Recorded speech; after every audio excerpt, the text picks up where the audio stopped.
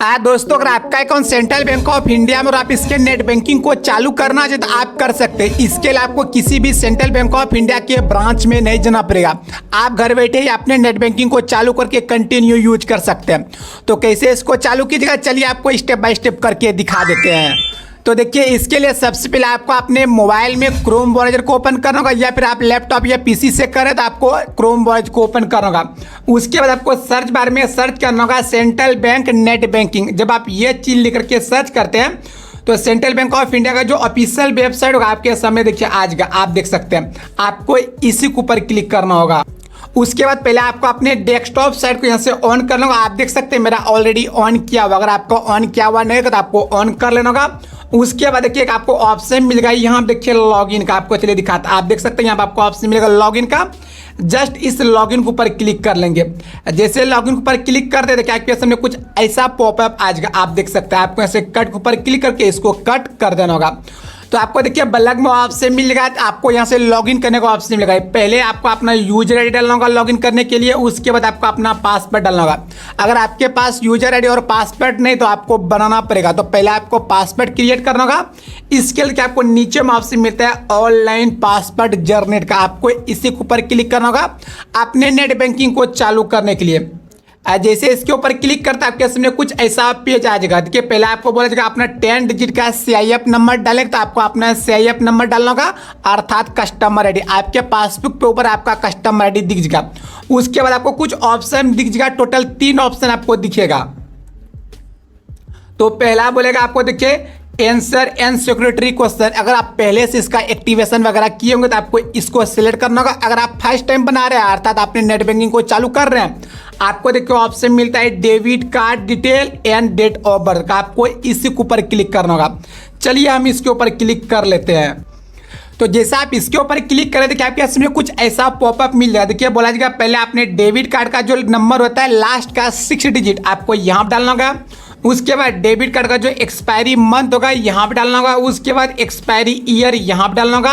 और आपका जो भी डेट ऑफ बर्थ होगा आपको यहाँ पे अपना डेट ऑफ बर्थ डाल देना होगा। नीचे में आपसे मिलेगा सबमिट का, तो आपको इस सबमिट के ऊपर क्लिक करना होगा। चलिए यहाँ से अपना पूरा डिटेल को पहले फिलअप कर लेते हैं। तो नेक्स्ट पेज कुछ आपके सामने ऐसा आ जाएगा। देखिए आपका जो CIF नंबर है ऑटोमेटिक दिख जाएगा। उसके बाद आपका अपना रजिस्टर मोबाइल नंबर यहाँ पे डालूंगा, इस पे OTP सेंड किया जाएगा। अपना नंबर डालने के बाद आपको आपसे मिलेगा जनरेट OTP का। आपको इसी के ऊपर क्लिक करना होगा। तो देखिए OTP हमें सेंड कर दिया गया। देखिए OTP आ चुका है। OTP यहाँ पे डालेंगे लॉगिन रिसीव OTP के ऊपर। OTP डालने के बाद नीचे में आपको ऑप्शन मिलेगा देखिए न्यू लॉगिन पिन। तो आपको यहाँ पे अपना एक लॉगिन पिन बनाना पड़ेगा। इसी के माध्यम से आप लॉगिन कीजिएगा तो आप सही अपना लॉगिन पिन बना लीजिएगा। उसके बाद ऑप्शन मिलता है सबमिट का, तो सबमिट के ऊपर क्लिक कर देंगे। तो लॉगिन पिन सक्सेसफुल बन चुका है। उसके बाद आपको यहाँ से बैक चले आना होगा। बैक आने के बाद कि इसमें आपको बाद लॉगिन करना होगा। लॉगिन करने के लिए क्या क्या फिलअप करना होगा, तो पहले आपको अपना यूजर आईडी डालना होगा। तो यूजर आईडी CIF नंबर ही यूजर आईडी होता है। तो आपका कस्टमर आईडी जो भी होगा आपके पासबुक पे लिखा हुआ रहेगा वही आपको यहाँ पे डालना होगा। या फिर आप इसको ऑनलाइन निकाल भी सकते हैं। कैसे निकालेगा हम वीडियो कर दिए, लिंक डिस्क्रिप्शन बॉक्स में आपको मिलेगा। उसके बाद जो अभी अपना पासवर्ड बनाए वो पासवर्ड यहाँ पे डालेंगे। उसके बाद ये वाला कैप्चा यहाँ पे डाल देंगे। उसके बाद प्रोसीड के ऊपर क्लिक कर देंगे तो इसमें सक्सेसफुल लॉगिन कर जाएंगे। चलिए आपको लॉगिन करके भी दिखाते हैं। तो लॉगिन करने के लिए भी आपके नंबर पे फिर से OTP सेंड किया जाएगा। OTP यहाँ पे डालेंगे। आप देख सकते हैं OTP आज का। चलिए अपना OTP इसमें डाल देते हैं। OTP डालने के बाद प्रोसीड के ऊपर क्लिक कर लेते हैं। जैसे प्रोसीड के ऊपर क्लिक करेंगे देखिए इंटरनेट बैंकिंग में अब हम सक्सेसफुल लॉगिन कर गए। आप देख सकते हैं हम इसमें सक्सेसफुल लॉगिन कर गए। आपके अकाउंट में जितना बैलेंस वगैरह होगा आपका बैलेंस यहाँ पे दिख जाएगा। आप यहाँ पे देख सकते हैं अगर जितना भी बैलेंस रखेंगे अपने अकाउंट में सभी बैलेंस यहाँ पे दिख जाएगा। उसके बाद आपको अपना ट्रांजैक्शन पासवर्ड भी बनाना पड़ेगा। जब आप नेट बैंकिंग में लॉगिन करते हैं उसके बाद यहाँ से बाद में चल के अगर आप किसी को पैसे वगैरह ट्रांसफर करना चाहते हैं या फिर आप यहाँ से ATM कार्ड का पिन वगैरह जनरेट कीजिएगा, कोई भी ट्रांजैक्शन कीजिएगा तो उसके लिए पहले आपको ट्रांजैक्शन पासवर्ड का आवश्यकता पड़ेगा। अभी जो आपना पासवर्ड बनाए वो केवल लॉगिन पासवर्ड था। तो ट्रांजैक्शन पासवर्ड बनाने के देखिए आपको ऊपर में यहाँ देखिए, चलिए आपको दिखाते हैं। आपको देखिए ऊपर में ऑप्शन मिलेगा यहाँ पे 3 डॉट का। आपको इसी 3 डॉट के ऊपर क्लिक करना होगा। जब आप इसके ऊपर क्लिक करते हैं आपको ऑप्शन मिलता है एक प्रोफाइल सेटिंग का। आपको इस प्रोफाइल सेटिंग के ऊपर क्लिक करना पड़ता है। उसके बाद आपके सामने कुछ ऐसा पेज दिखेगा, आप देख सकते हैं। उसके बाद आप स्लाइड करके इस साइड में आइएगा, देखिए यहाँ पे आपको एक ऑप्शन मिलेगा जनरेट ट्रांजैक्शन पासवर्ड का, आप देख सकते हैं। आपको इसी के ऊपर क्लिक करना पड़ेगा, अर्थात आपको एक ट्रांजैक्शन पासवर्ड बनाना पड़ेगा, तो आपको इसके ऊपर क्लिक करना होगा। जैसे इसके ऊपर क्लिक करते हैं फिर से आपके सामने आपका डिटेल आ जाएगा, आपका कस्टमर आईडी आ जाएगा, आपका रजिस्टर मोबाइल नंबर आ जाएगा। उसके बाद आपको कुछ ऑप्शन मिलेगा कि आप किसके माध्यम से वेरीफाई करना चाहते हैं इन डिटेल को।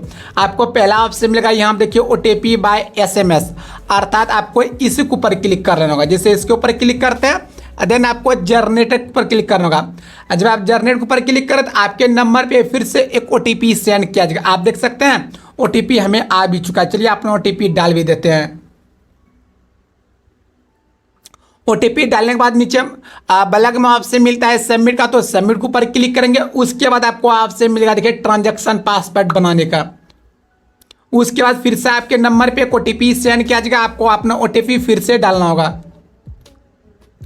ये जो OTP रहता है ये होता है ट्रांजैक्शन पासवर्ड बनाने के लिए। उसके बाद आप जो भी ट्रांजैक्शन पासवर्ड बनाना चाहते हैं यहाँ पे डाल दीजिएगा और सेम टू सेम आपको री इंटर में दोबारा से डाल देना होगा। आप अपने नाम के अकॉर्डिंग अपना ट्रांजैक्शन पासवर्ड बना सकते हैं या और लॉगिन पासवर्ड भी अपने नाम के अकॉर्डिंग बना सकते हैं। जैसे कि देखिए मेरा नाम नीतीश कुमार हुआ, हम अपना पासवर्ड बना सकते हैं नीतीश@12345। आप भी अपना कुछ नाम डाल करके उसके बाद @ लगा करके और अपना कुछ नंबर डाल करके अपना पासवर्ड लॉगिन पासवर्ड जो शुरू में बनाए वो वाला भी और आपको ये वाला पासवर्ड ट्रांजैक्शन पासवर्ड भी अपने नाम के अकॉर्डिंग। चलिए अब बना लेने के बाद आपको ऑप्शन मिलेगा फिर से यहाँ पे सबमिट का, तो आपको सबमिट के ऊपर क्लिक करूँगा तो आपका पासवर्ड यहाँ से सक्सेसफुल बन जाएगा। चलिए यहाँ से बना लेते हैं। जब अपना ट्रांजैक्शन पासवर्ड बना लेते हैं उसके बाद अपने नेट बैंकिंग के माध्यम से आप सभी ट्रांजैक्शन कर सकते हैं। कोई भी ट्रांजैक्शन, किसी को पैसे ट्रांसफर करना हो कर सकते हैं, ATM कार्ड अप्लाई करना हो, ATM कार्ड का पिन जनरेट करना हो, आपको यहाँ से कोई भी लेन देन करना हो, आप सभी ट्रांजैक्शन उसी पासवर्ड के माध्यम से कर सकते हैं। हम यहाँ से अपना पासवर्ड बना लिए, आप भी अपना बना लीजिएगा। उसके बाद आप नेट बैंकिंग को कंटिन्यू यूज कर सकते हैं। अगर आपके मन में कोई कन्फ्यूजन हो, कोई सवाल हो तो कमेंट बॉक्स खुला हुआ है, आप कमेंट बॉक्स में कमेंट करके पूछ सकते हैं, आपको उसके ऊपर प्रॉपर इंफॉर्मेशन मिल जाएगा। जानकारी अच्छी लगी तो वीडियो को लाइक कर दीजिएगा और चैनल को भी सब्सक्राइब कर लीजिएगा। वीडियो को लाइक जरूर से कीजिएगा ताकि औरों को भी यह जानकारी मिल पाए। Thank you for watching this video, धन्यवाद।